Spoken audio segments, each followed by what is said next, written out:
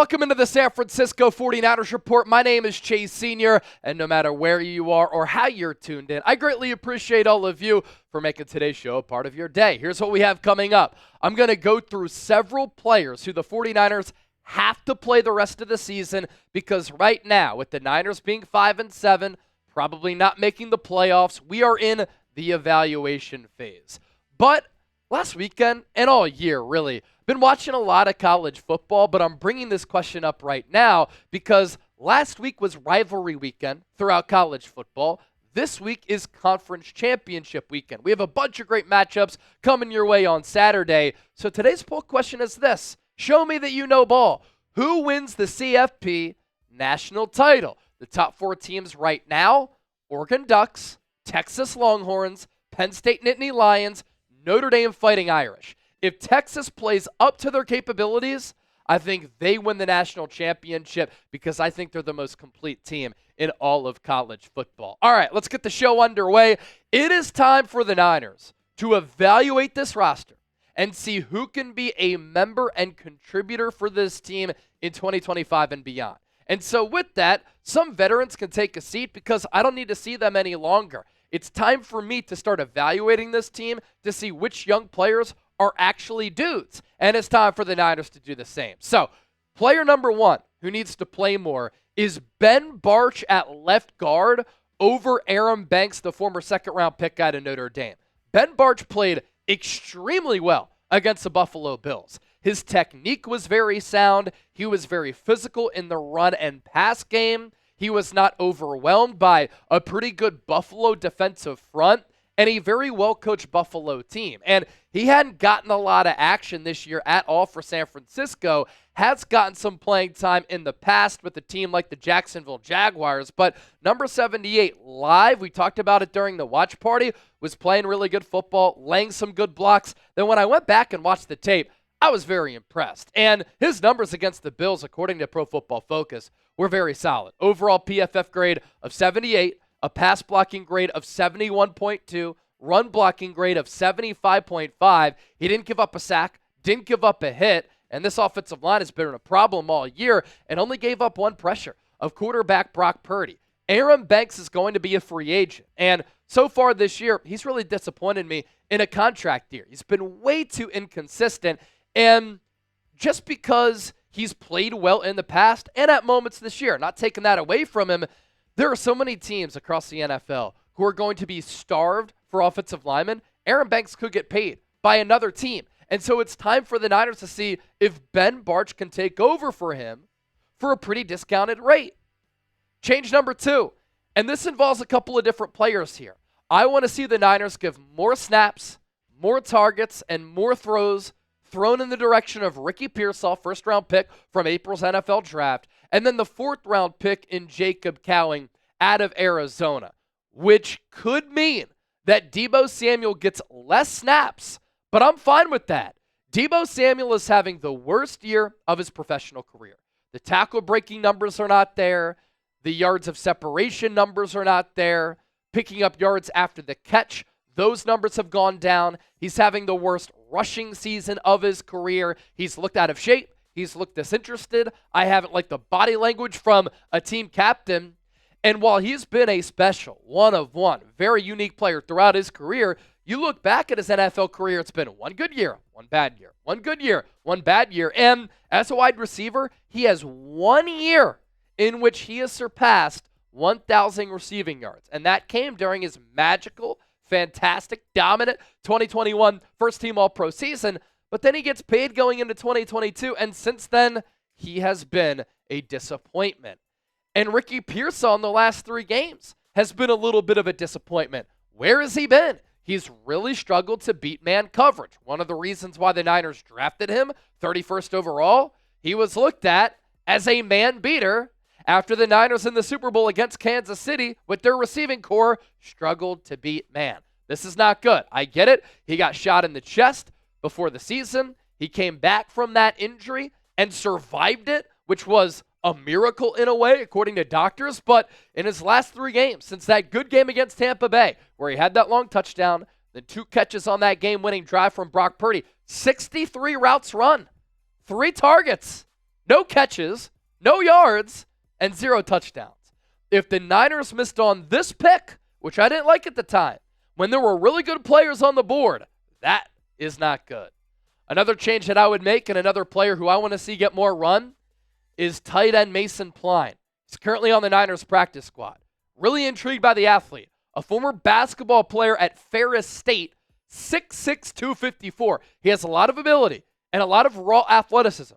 Late bloomer as a football player because he was a basketball player in college, but the ability is there. When you look at him, he has an NFL tight end body. The Niners did not play him a lot in the preseason by design, in my opinion.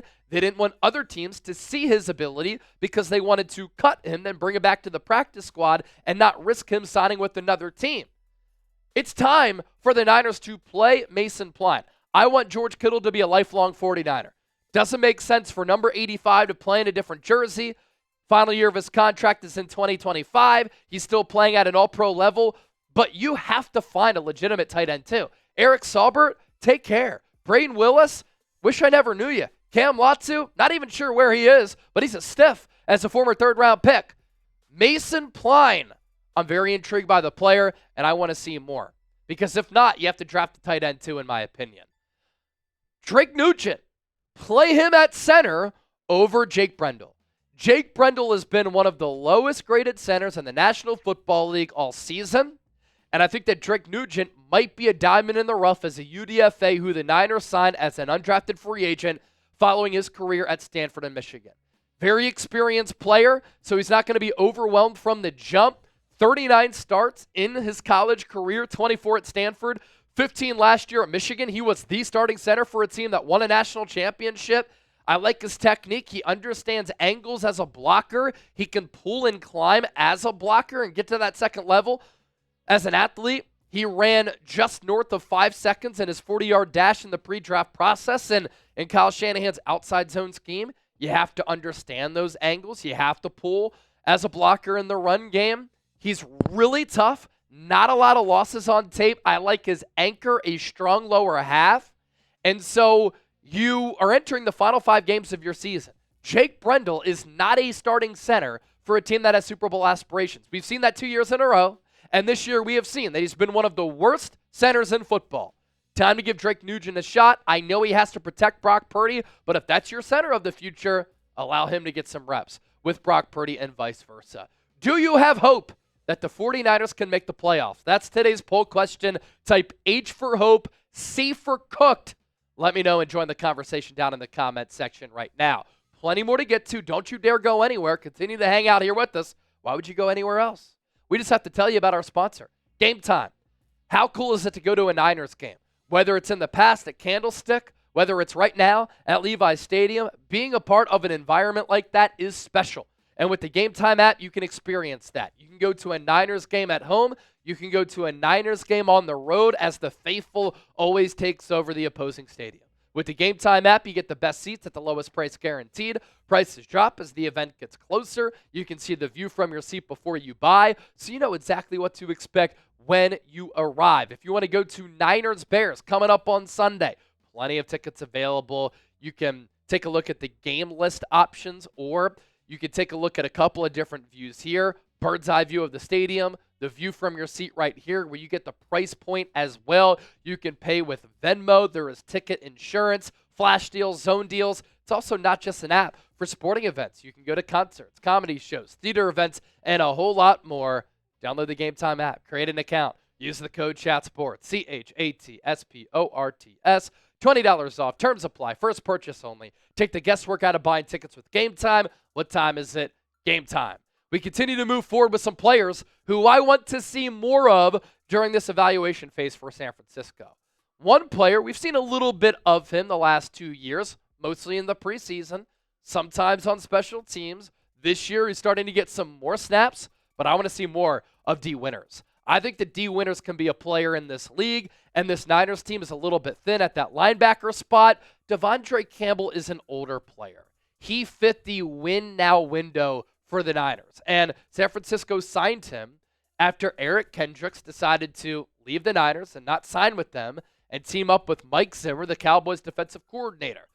Kendricks is washed. Campbell is washed. So see if D. Winters can actually produce for this team. I don't think that Campbell's going to be on this team next year. Shoot, I hope not. He's okay against the run, awful against the pass as an off-ball linebacker. So if D. Winters can be a linebacker for your club looking ahead and play alongside Fred Warner, maybe play alongside Dre Greenlaw if you bring him back. See what Tatum Bethune can do, a fellow rookie. It's time to get some of these young players on the field. And what I like about Winters, he has speed. He has physicality. He has fearlessness. He plays like his hair is on fire. Now, sometimes that aggression will take him out of the play. He'll over-pursue. He'll be overly aggressive. But I'll take that as compared to being scared.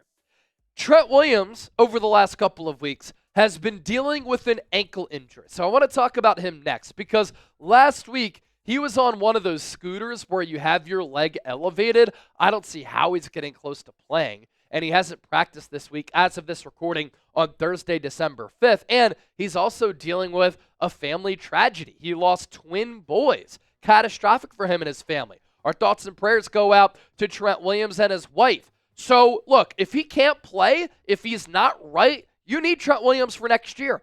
Play Jalen Moore if Williams is too injured. And Moore in the last two games, he's played really well at that left tackle spot. And this could be a key evaluation to see if he can be your backup left tackle next year. Some people are going to ask, can he play right tackle? He's not comfortable with doing that. Unfortunately, he can't swing over to that side unless they give him an entire offseason to get prepared for that. Niners drafted him out of Western Michigan a few years ago. He's been up and down this year, starting to put it together. Since week 12, has the 5th highest Pro Football Focus grade, 83.5, among all tackles, and he is the 11th highest graded offensive lineman in the sport.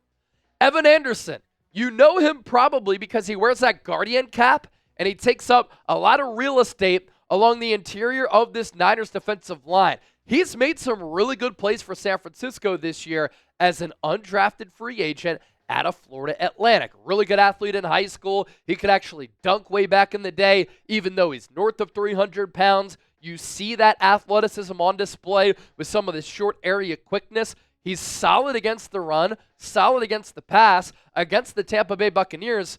Just to bring back the play that he made, which helped win the game for San Francisco. That was their last win, by the way. Remember when the Buccaneers were driving down the field and the Niners were just collapsing? They were committing face mask penalties and personal foul penalties, and so the Buccaneers kept matriculating down the field. They got into that goal line situation. They tried to run the football, and Evan Anderson burst through the line. Huge hit on the running back that eventually led to a Buccaneers field goal, allowing Brock Purdy to drive down the field. And Jake Moody, after those 3 misses, connected on that game-winning field goal. That doesn't happen if Evan Anderson doesn't make that play. And so I don't think he's going to be a long-term starter, but I think that he can be a very good rotational defensive tackle. And that's why the Niners, as an undrafted free agent, gave him practice squad money after the NFL draft.